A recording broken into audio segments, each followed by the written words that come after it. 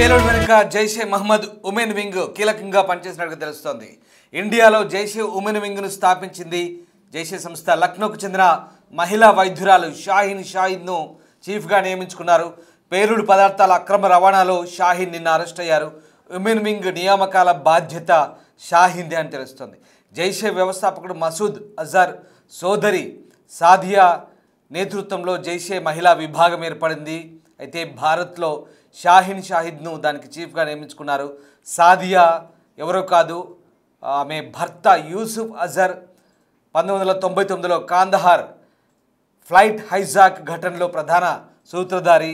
Operation సింధూర్లో Yusuf అజర్ను మనం మట్టుబెట్టాం. దీనికి ప్రతీకారంగానే దేశంలో పేలుళ్లకు ఆయన భార్య ప్లాన్ చేస్తుంది. లక్నో డాక్టర్ షాహిన్కు దేశంలో జైషే ఉమెన్ వింగ్ను స్థాపించే బాధ్యతలు అప్పగించింది సాదియా. దీంతో ఒక్కసారిగా దేశంలో మహిళా ఉగ్రవాదుల కలకలం కూడా రేగుతోంది.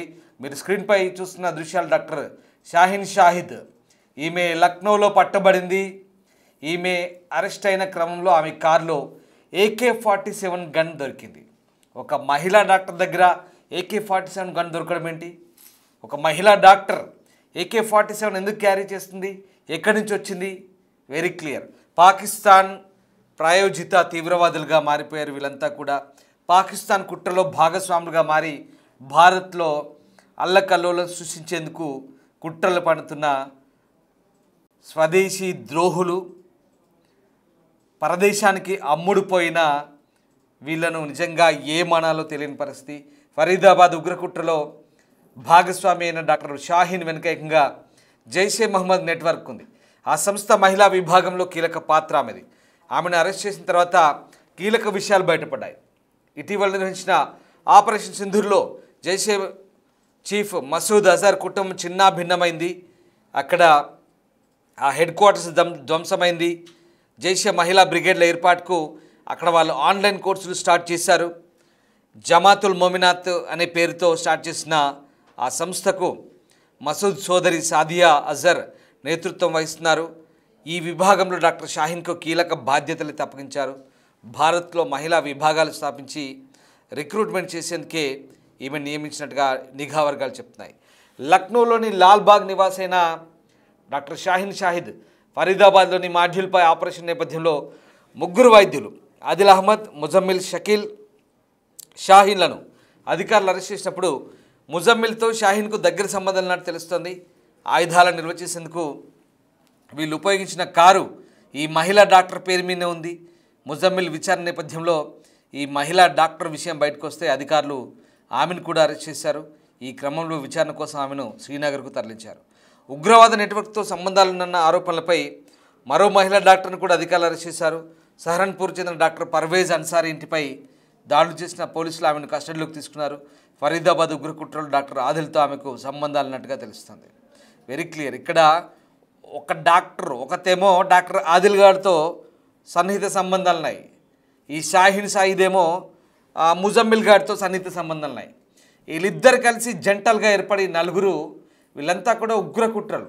వీళ్ళ దగ్గర AK-47 దొరుకుతాయి, వీళ్ళ దగ్గర RDX దొరుకుతాయి, వీళ్ళ దగ్గర అమోనియం నైట్రేట్ దొరుకుతుంది, వీళ్ళ దగ్గర పేలుడు పదార్థాలు 100 కిలోలు దొరుకుతాయి. ఎక్కడి నుంచి వస్తున్నాయి, అసలు ఏం చేస్తున్నారు, ఇదంతా ఆరా తీస్తే వీళ్ళ వెనుక పాకిస్తాన్ ఉంది. వీళ్ళ వెనుక దాయాది దేశం కుట్రలు చేస్తోంది. వీళ్ళతో భారత్లో ఉగ్రకుట్రలు నడిపిస్తోంది. ఫరీదాబాద్ ఉగ్రకుట్ర భగ్నం చేయగానే ఢిల్లీలో పేలుడు జరుగుతాయి. ఇంకెక్కడో శ్రీనగర్లో ఉగ్రవాదులను అరెస్ట్ చేయగానే ఢిల్లీలో పేలుళ్ళు జరుగుతాయి. అంటే శ్రీనగర్, జమ్మూ కాశ్మీర్లో, ఫరీదాబాద్లో ఉగ్రకుట్రలు భగ్నమయ్యాయి కాబట్టి ఇక ఢిల్లీని ఎంచుకున్నారు. ఎక్కడో చోట పేలుళ్ళు జరపాలి, ఎక్కడో చోట భారత్లో అల్లకల్లోలం చేయాలి, ఎక్కడో చోట భారత్ను బాధపడేలా చేయాలి. ఇది వీళ్ళ ఎజెండా. చాలా పక్కా ఎజెండాతో వీళ్ళు భారత్లో పనిచేస్తున్నారు. ఇదిగో ఈవిడే, ఈ దుర్మార్గురాలు షాహిద్. ఒక్కసారి ఆమె మొహం చూడండి. ఇదిగో వీడే డాక్టర్ ఉమర్. కారు నడుపుతుంది ఢిల్లీ ఎర్రకోట దగ్గర. కారులో డ్రైవింగ్ చేసిన వ్యక్తి వీడే డాక్టర్ ఉమర్. ఈమెనేమో షాహిద్. అద్దాలు పెట్టుకొని అమాయకంగా ఏమీ తెలియనట్టుగా నంగనాచిలా ఉన్న ఈ దొంగ డాక్టర్ పెద్ద దేశద్రోహి, పెద్ద క్రిమినల్. అది ఒక్కసారి దాని బుర్రలో ఎంత దేశద్రోహం ఎంత విధ్వంసం నాటుకుపోయిందో ఆ మొహం చూస్తే మీకేమైనా అనిపిస్తోందా? ఒక్కసారి కామెంట్ చేయండి. దాని మెదడులో దేశాన్ని ఎట్లా విచ్ఛిన్నం చేయాలో దాని మెదడు నిండా నింపుకుంది. అది పుట్టింది భారత్లో, పెరిగింది భారత్లో, భారతదేశ ప్రభుత్వ సొమ్ము తింటుంది, భారతీయుల సొమ్ము తిని భారతీయులకు ద్రోహం చేసింది. డాక్టర్ షాహీన్ షాహిద్ దీని పేరు. ఇది లక్నో నివాసి, లాల్బాగ్ నివాసి, ఫరీదాబాద్లో పట్టుబడ్డ ఈ డాక్టర్. వీళ్ళంతా సమాజంలో డాక్టర్లుగా చలామణి అవుతారు, యూనివర్సిటీలో ప్రొఫెసర్లుగా ఉంటారు. వీళ్ళంతా సమాజంలో పెద్ద పెద్ద పొజిషన్లో వండుకుంటూ మళ్ళీ ఇలాంటి కుట్రలకు చేస్తుంటారు. ఇక ఈ ఎర్రకోట సమీపంలో జరిగిన పేలుడుపై దర్యాప్తు కొనసాగుతున్న క్రమంలో జమ్మూ కాశ్మీర్, హర్యానా, యూపీలో పనిచేస్తున్న ఈ మాడ్యూల్ నెట్వర్క్స్ ఏవైతే ఉన్నాయో వీళ్ళంతా కూడా లక్నో నుంచి డాక్టర్ షాహీన్ షాహిద్ అనే మహిళా వైద్యురాలి వైపే వేలెత్తి చూపించారు. మొత్తం నెట్వర్క్ అంతా ఈమె నడిపిస్తున్నట్టుగా తెలుస్తుంది. జైషే మహమ్మద్ ఉగ్రవాద నెట్వర్క్లో ఈమె కీలకమంట, మహిళా వింగుకు ఈమె చీఫ్ అంట. ఇది పరిస్థితి. భారతదేశంలో కుట్రలకు వీళ్ళంతా కూడా భారీ స్కెచ్లు వేస్తున్నారు. వీళ్ళంతా కూడా జైషే మహమ్మద్కు కొమ్ము కాస్తూ భారత్లో వీళ్ళంతా కూడా కుట్రలు చేస్తున్న పరిస్థితి కనబడుతుంది. సో వీళ్ళంతా కూడా జైషే మహమ్మద్ అలాగే అన్సర్ ఘజ్వత్ ఉల్ హిందులకు సంబంధించిన వైట్ కాలర్ టెర్రర్ మాడ్యూల్స్ నడుపుతున్నటువంటి మోస్ట్ వాంటెడ్ టెర్రరిస్టులు వీళ్ళంతా కూడా. దాదాపు 3 వైద్యులు, 8 మంది, మొత్తం 9 మంది దాకా అరెస్ట్ చేశారు ఢిల్లీ పేలుడుకు కొన్ని గంటల ముందు.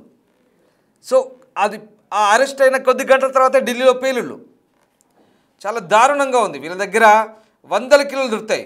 ఫరీదాబాద్లోని ఫతేపూర్ టాకా గ్రామంలో ఒక ఇంటి నుంచి అమోనియం నైట్రేట్ అని భావిస్తున్న 2000 కిలోల పైగా అనుమానిత పేలుడు పదార్థాలను స్వాధీనం చేసుకున్నారు. ఇది దౌజ్ గ్రామ మసీద్ మతాధికారి హఫీజ్ ఇస్తియాక్ చెందిందని అప్పటి నుంచి ఆయన అదుపులోకి తీసుకొని విచారిస్తున్నట్టుగా పోలీసు వర్గాలు చెప్తున్నాయి. ఇక అలాగే స్విఫ్ట్ కారు లక్నోలోని లాల్బాగ్ ప్రాంతం నివాసి అల్ ఫలాహ్ యూనివర్సిటీలోని ఫ్యాకల్టీ సభ్యురాలు డాక్టర్ షాహీన్ పేరుతో రిజిస్టర్ అయింది. డాక్టర్ షాహీన్ జమ్మూ కాశ్మీర్ పోలీసులు అరెస్ట్ చేశారు. ఇక అధికారులు చెప్తున్న ప్రకారం ఈమె అల్ ఫలాహ్ యూనివర్సిటీలో జనరల్ ఫిజిషియన్గా ఈమె పాఠాలు బోధిస్తోంది. వాడు ఆ ముజమ్మిల్ అహ్మద్ ఏమో క్యాంపస్లో డాక్టర్ల క్వార్టర్లో ఉంటాడు.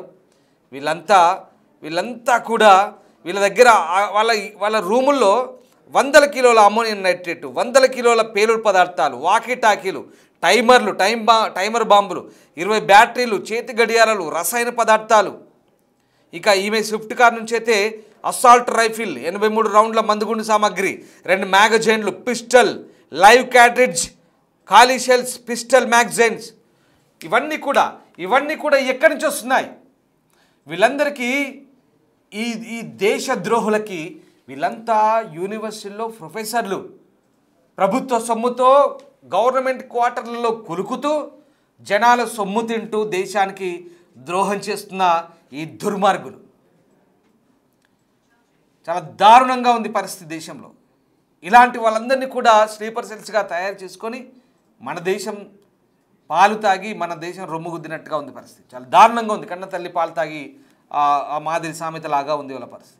చాలా దారుణం. పుట్టి పెరిగిన దేశానికే ద్రోహం చేస్తూ పరాయి దేశం సొమ్ముకు ఆశపడి ఇదిగో ఈ దుండగులంతా కూడా దేశాన్ని ద్రోహం చేసే వీళ్ళందరికీ ఎలాంటి శిక్షలు పడాలో ఒక్కసారి మీరే చెప్పండి. చాలా దారుణం.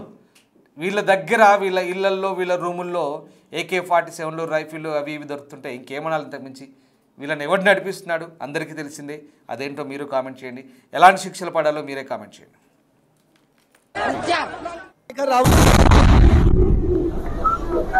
भाई नाको